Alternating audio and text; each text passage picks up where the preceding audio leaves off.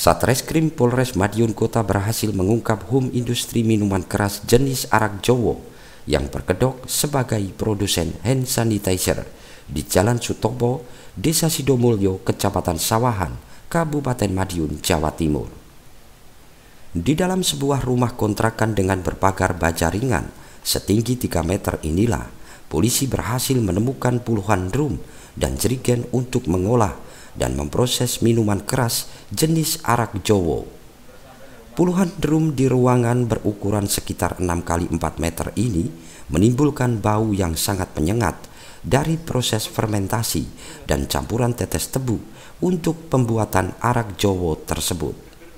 Kapolres Madiun Kota AKBP Suryono mengungkapkan, terbongkarnya home industri miras ilegal ini adalah dari pengembangan dari adanya pengungkapan penjualan 18 botol miras di wilayah Kartoharjo dan Manguharjo, Kota Madiun beberapa pekan lalu. Kapolres menambahkan bahwa dalam sehari home industri miras ilegal ini mampu memproduksi sekitar 6 drum miras jenis arak Jowo yang siap dipasarkan di wilayah kota dan Kabupaten Madiun. Pengungapan berawal dari penangkapan salah satu kios di wilayah Kartoharjo yang saat ini sudah kita proses berupa arak yang kurang lebih ada 18 botol. Kemudian dari situ kita kembangkan dari mana asal barangnya, dan kemudian kita cari-cari informasi. Kita temukanlah di wilayah Sawan ini terdapat home industri yang untuk pembuatan arak Jowo.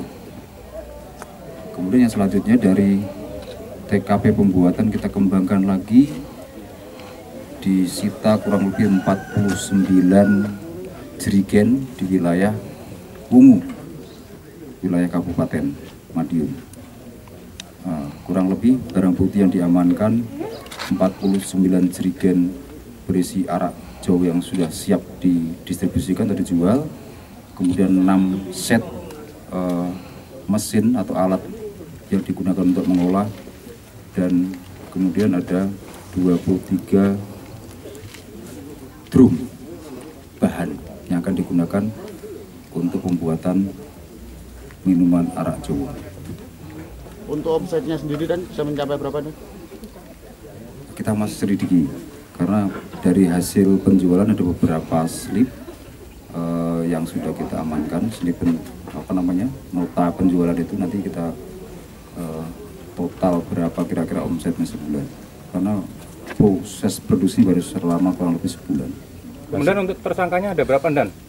Yang kita amankan sementara ada 5. Bagiannya apa aja, Dan? Mereka membuat bagian produksi. Warga sekitar? Ya. Sekeluarga atau bukan? Bukan. Dan sudah ada pengakuan dari tersangka belum untuk meracik ini, dia belajarnya dari mana gitu? Otodidak. Jadi pencampurannya air, kemudian tetes tebu, kurang prosentasenya air itu 70%, tetes tebunya 30%. Dari situ kemudian dicampur, difermentasi, kemudian disuling. Rekan-rekan bisa lihat tadi di belakang tempat penyulingannya, tempat fermentasinya sampai dengan tahap akhir penyelesaian daripada pembuatan minuman itu. Sementara itu, Kepala Desa Sidomulyo mengaku kecolongan atas adanya produsen miras ilegal jenis arak Jowo yang telah beroperasi selama sebulan di wilayah desanya.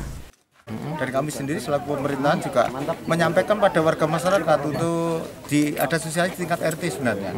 Ya, apapun yang terjadi di lingkungan itu Pak RT-nya harus memberikan tahu. Dan kami juga sering lewat di sini, sering tutup, dan aktivitas juga tidak kelihatan, sehingga kami tidak tahu kalau ada kegiatan semacam ini. Berarti kita kecolongan lah ya untuk ada produksi miras di Sidomulyo ini. Berarti nggak ada kecurigaan gitu? Saya tidak menaruh kecurigaan apa-apa, karena lingkungan juga kondusif, tidak ada persoalan apa-apa di lingkungan. Nggak ada bau-bau nggak sedap itu, Pak? Bagaimana? Nggak ada bau-bau nggak sedap? Tidak ada bau. Kalau menyengat mau lewat itu juga biasa-biasa saja. Pak, klien di sini yang kontrak itu berapa orang sih, Pak? Kalau yang ngontrak 1 personil, tapi untuk kegiatan saya tidak tahu persis yang ada kegiatan di sini berapa personil saya tidak tahu. Warga mana itu, Pak? Yang mana? Warga mana itu? Yang kita ketahui warga yang mengontrak adalah dari Solo. Pak, apa tidak ada pendataan setelah pengontrak itu, Pak? Pendataan ada di tingkat RT, ada. Ya, ada. Jadi Pak RT tahu persis kalau rumah ini memang dikontrak. Dan ada juga sosialisasi di lingkungannya. Ada kegiatan sosialisasinya ada. Enggak, maksudnya setiap hari kan dia melakukan aktivitas kirim apa itu, Pak? Kirim itu ya. Warga sini apa nggak curiga gitu, Pak? Ternyata Pak RT-nya juga tidak ada laporan kalau ada kegiatan semacam ini. Jadi pemerintahan desa juga tidak tahu persis kalau di sini ada kegiatan produksi miras seperti ini.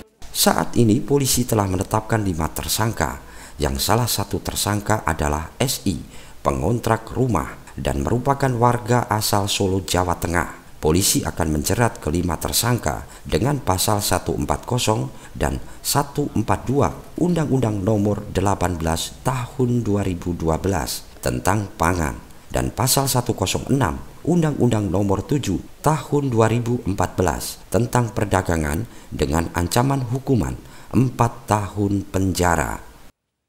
Dari Madiun, Tim Liputan Garda TV.